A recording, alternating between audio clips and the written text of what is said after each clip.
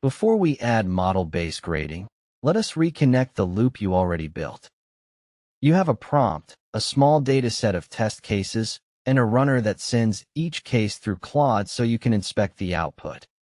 That is already useful because it makes prompt changes repeatable instead of relying on one favorite example. But it still leaves you doing the judgment by eye. You can see whether an answer looks better, yet the workflow does not have a stable signal it can track from run to run. This section adds that missing signal. We are going to turn each generated output into a score and a short explanation, then roll those scores up into a metric you can improve. Quick pause while we are still on the recap view. If this series is helping you build practical Claude API fluency, a like and subscribe keeps the next Architect exam prep modules easy to find. Notice the shape of the previous loop. It was already deterministic about which examples ran, but it was not deterministic about how quality was judged. That distinction is the bridge into grading. In building with the Claude API, this module turns API controls into practical application behavior. Treat this as prerequisite practice for the Claude Certified Architect exam. A grader is a small evaluation system that receives the output from your original Claude call and returns feedback you can actually use. That feedback might be true or false, a category label, or a number. In this lesson, the common pattern is a score from 1 to 10, where 10 means the output looks strong and 1 means it is poor. The important part is not the exact scale. The important part is that the signal is comparable. Once every test case produces output plus a score, your eval stops being a pile of examples and becomes a measurement loop. That is why this API module matters for real applications and for later architect-style decisions. You need a way to know whether a prompt change improved quality, weakened it, or only felt better in one hand-picked example. Treat this signal as a dashboard value, not as a verdict carved in stone. It gives you direction, highlights regressions, and lets the same data set become useful across many prompt revisions. Without that signal, every revision asks you to relitigate quality from scratch. There are 3 grader families to keep straight. A code grader runs logic that you write. It is best when the check is crisp, output length, banned or required words, valid JSON, valid Python, a regular expression, or even a readability score. A model grader sends the original output into another model call and asks for judgment. That is more flexible, so it fits response quality, instruction following, completeness, helpfulness, and safety. A human grader is the most flexible of all because a person can judge general quality, comprehensiveness, depth, conciseness, and relevance. The cost is time. Human review is slow and tedious, so it is usually reserved for calibration, spot checks, or high-stakes samples rather than every test case in a fast prompt iteration loop. A practical workflow can use all 3 over time. Code graders catch the obvious mechanical failures, model graders scale flexible review, and human graders calibrate whether the automated judgment still matches real expectations. Before you implement any grader, decide what quality means for this prompt. The example here is a code generation prompt, so the criteria are concrete. First, format. The answer should return only Python, JSON, or regex, without a prose explanation glued around it. Second, valid syntax. If the answer claims to be Python, JSON, or a regular expression, it should actually parse. Those first 2 are natural code grader jobs because you can check them programmatically. Third, task following. Did the response directly address the user's task with accurate code and no major logic mistakes? That criterion is less mechanical, so the lesson routes it to a model grader. The model grader has enough flexibility to judge whether the solution really answers the request. This upfront criteria step prevents a common eval mistake, building a grader first, then discovering it rewards the wrong behavior. The rubric should describe the output you actually want before any code runs. In other words, criteria are the contract between the prompt, the grader, and your future comparison. Now we move into the notebook. The existing runner already has a function named run_test_case. It calls run_prompt with one test case and returns the output, the test case, and a placeholder score. That placeholder is the seam we are replacing. The test case is one dictionary from dataset.json. The output is the response from the original Claude call. The new grader should sit between those two facts and the final result dictionary. Instead of hard-coding score equals 10, we will call a grade_model function, pass it the test case plus the output, and let the grader return a structured judgment. This keeps the runner shape the same while making the quality signal real. Keeping the replacement small is intentional. The runner remains easy to reason about. One input case enters, one model output is created, one grader judgment is attached, and one result object leaves. The model grader function takes two inputs, the test case and the output from the original prompt call. Inside the function, we write an evaluation prompt. The prompt sets a reviewer role, shows the task, shows the generated solution, and asks for a structured JSON object. The key fields are strengths, weaknesses, reasoning, and score. Asking for reasoning matters.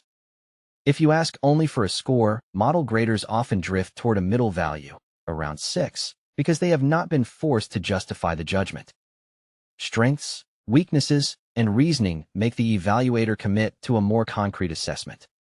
After the prompt is ready, the helper code creates a messages list, adds the user message, pre-fills the assistant with a JSON code fence, calls chat with a closing fence stop sequence, and parses the return text with json.loads. The function also keeps the grader separate from the original prompt.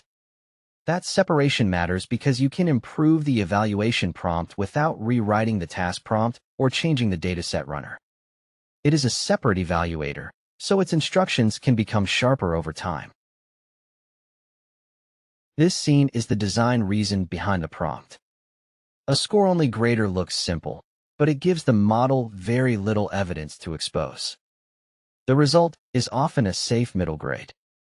It can say 6 because 6 means maybe good, maybe flawed, and the grader does not have to explain much.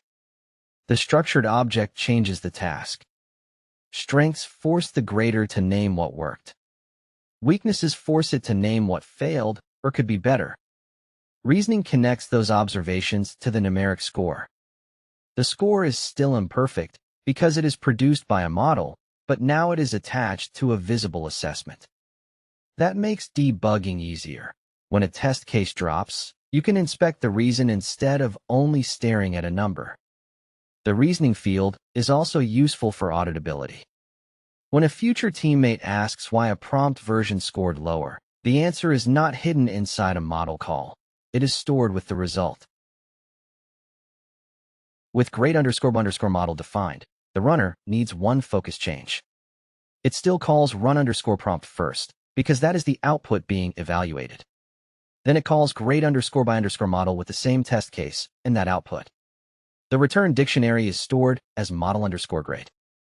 From there, the runner pulls out model_grade score and model_grade reasoning. The final result dictionary now carries 4 useful values: the generated output, the original test case, the numeric score, and the reasoning behind that score. The lesson keeps strengths and weaknesses available inside the model_grade dictionary, but this compact runner returns only the fields needed for the next step. That is enough to print results, inspect individual examples, and calculate an average across the dataset. This is the moment where grading becomes part of the workflow instead of a side note. Every test case now carries its own measurement record, which makes later averaging and comparison straightforward. The runner is still small, but the result is now useful for analysis. After the cells run, each test case now produces a richer result. You can inspect the generated output, the original test case, the score, and the reasoning behind that score. In the source exercise, one case asks for a Python function that validates an AWS IAM username. The grader gives that solution an 8 and explains that the regex checks the major requirements, including starting with a letter, allowed characters, and length. Other cases score lower, like 7 or 6, when the generated output is less complete or has mistakes. This is the payoff of returning reasoning next to the number. The score tells you where to look. The reasoning tells you why the grader thought that example deserved the score. The examples do not need to be perfect to be valuable. What matters is that the grader gives a consistent kind of feedback for every item, so weak cases become easier to find. The final notebook change rolls the individual scores into one metric. The run_eval function already loops through the dataset and appends each run_test_case result into a results list. Now it imports mean from statistics, calculates the mean of result score for every result, and prints the average score. In the run shown here, the average is 7.33. That number is not a perfect truth.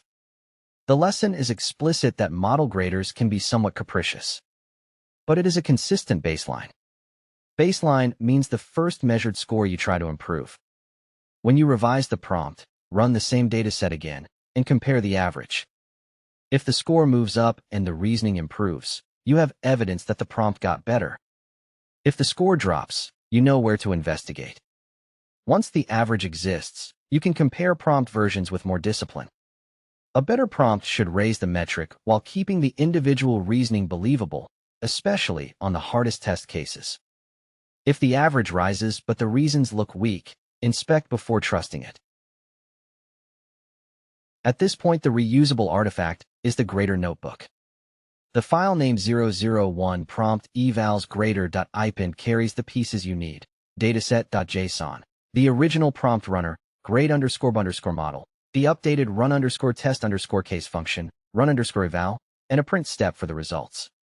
That file matters because prompt evaluation is not a one-time example. You want a notebook or script you can rerun whenever the prompt changes. The model grader gives you quick feedback on task following and overall quality, while later checks can add stricter code-based validation.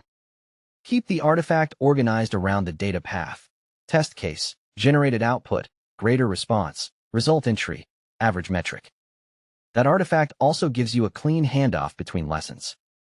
The same notebook can accept a model grader today and a stricter code grader in the next section without changing the overall loop or losing the baseline you just created for later prompt quality comparisons. The model grader gives your prompt evaluation loop a flexible quality signal. It can judge whether an answer followed the task, explain the score, and give you a baseline to improve. The next section tightens the loop with code-based grading. That is where format and syntax checks become deterministic instead of judgment-based. Then the exercise on prompt evals combines the pieces: run the dataset, grade the outputs, compare the metric, and decide whether the prompt change helped. The handoff is simple. Use model grading for flexible assessment. Use code grading where the rule is crisp. Together, they make prompt iteration feel less like guesswork and more like engineering. Carry that split forward. Model grading handles fuzzy judgment, while code grading handles exact rules. The strongest eval workflows usually combine both instead of pretending one style can cover every failure mode. That combined habit is the practical API fluency this course is building toward.